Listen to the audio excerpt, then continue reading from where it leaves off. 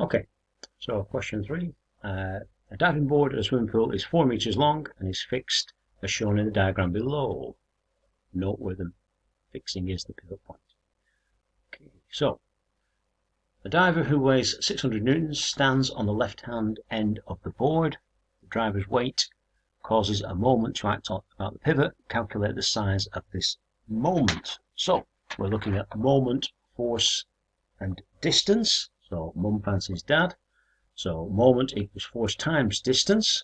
So we put in the information. So the force is 600 newtons, and the distance, we're not going to be fooled by the fact that it's 4 meters long, because the distance is only acting from the pivot point. So 600 times 3. The units, obviously, we are times in newtons by meters, so we get Newton meters. If the weight of the board can be ignored, calculate the force which the fixing block must exert on the board to balance the diver. So we know the moment on this side is 1800. So the moment on this side must also be 1800. We are trying to calculate the force. So again, mum fancies dad. Force equals moment divided by distance. So we put those two numbers in. We know the moment is 1800. We know the distance is 1 meter. And we get an answer of 1800 newtons. Moving along. The board actually has weight of 90 newtons, and this acts at a point halfway along it. Draw this force on the diagram, label the force, and indicate its direction. 2 marks. Okay, no dotted lines here. Lots of people miss this one out. So we look, it's 4 meters long, so halfway along is going to be 2 meters in. The arrow will be pointing down. Excuse my terrible drawing there. Okay. Let's get rid of that. Carry on with the question. Okay.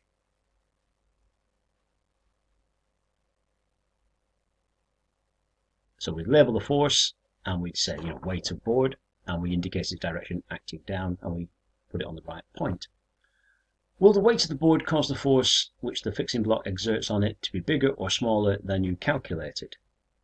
So if this board is heavy, then the longer that board is, the more force there's going to be having to hold it down. So the force will be greater. It's giving you 2 options, bigger or smaller. Write one of them in if you've no idea. In this case, we know it's going to be bigger. Explain why the fixing block will cause a force of 90 newtons to act on the board if the diver gets off it. Okay. So we know that there's 90 newtons of force over on this side, simply from the weight of the board. So if he gets off, this still needs to support that weight. Okay? So you have to say that the board has a weight of 95 newtons or whatever it is, and you have to say that that force is acting around this pivot. So this is generating moment. Even if there's no one stood there, there's still moment being generated by this.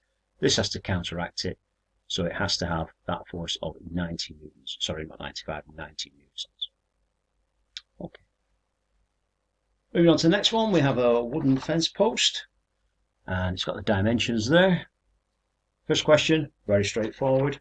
Work out the volume. So we look at the 3 measurements. So 5 times 5 times 200 will give us 5,000. And the units, we've times centimeters by centimeters by centimeters. So that would be centimeters cubed. It tells you the answer there, but always just check your working and check your understanding. Then it gives us a bit of information about density. Write down the equation that relates mass to density and volume. So MdV, my dog vomits. We don't write that in just yet. We look to see what they're asking us to calculate. So they're asking us to prove that the mass is that. So we find this in terms of mass. So using the triangular formula, we'd say mass equals density times volume. Then we put the numbers into here. We know the density. They've just told us it's 0.4. We know we know the volume because we've just calculated it up here, 5,000. So it's 0.4 times 5,000, which gives us 2,000 grams. Now, obviously, 2,000 grams is the same as 2 kilograms. Okay. The reason why we've got this difference is because the units initially were in grams per centimetre cubed. So we have to convert that. That's for 2 marks. This one, 2 marks for absolutely nothing. Okay. If the force of gravity on Earth is 10 newtons for each kilogram, what is the weight of the post?